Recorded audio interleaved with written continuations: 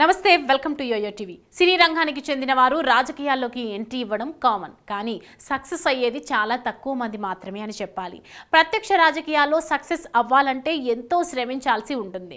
కొన్ని సందర్భాల్లో అయితే సినిమాలకు కూడా గుడ్ బై చెప్పాల్సి ఉంటుంది. అలా చెప్పి రాజకీయాల్లోకి వచ్చి సీఎంలుగా రాణించిన వారు ఎక్కువగా తమిళనాడు రాష్ట్రంలోనే ఉన్నారు.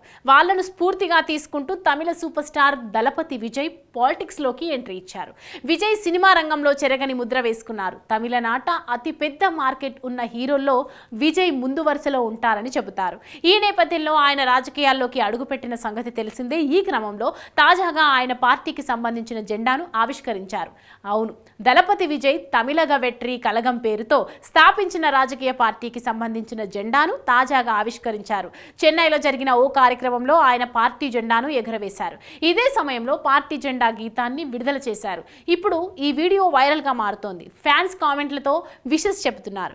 ఈ విషయం తాజాగా విజయ్ విడుదల చేసిన పార్టీ జెండా పసుపు, ఎరుపు రంగులతో ఉండి ప్రత్యేక ఆకర్షణగా నిలిచింది.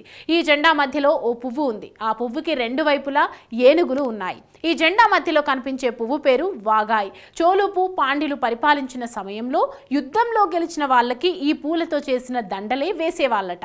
అలా ఈ పూలని విజయానికి ప్రతీకగా చూసేవాళ్ళు. ఇక ఈ జెండాపై తమిళ కవి తిరువల్లువుర్ రాసిన ఓ కొటేషన్ ఉంది. అది పిరపొక్కుం ఏళ్ళ ఉయిర్కం అని, అంటే పుట్టుకతో అందరూ సమానమే అని అర్థం.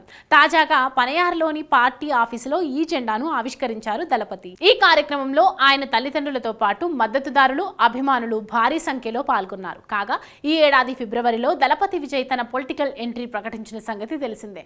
ఈ క్రమంలో 2026 అసెంబ్లీ ఎన్నికల్లో తమ పార్టీ ఖచ్చితంగా పోటీ చేస్తుందని వెల్లడించారు. ఇదే క్రమంలో ఇటీవల జరిగిన లోక్సభ ఎన్నికల్లో ఏ పార్టీకి ఆయన మద్దతు ఇవ్వలేదు.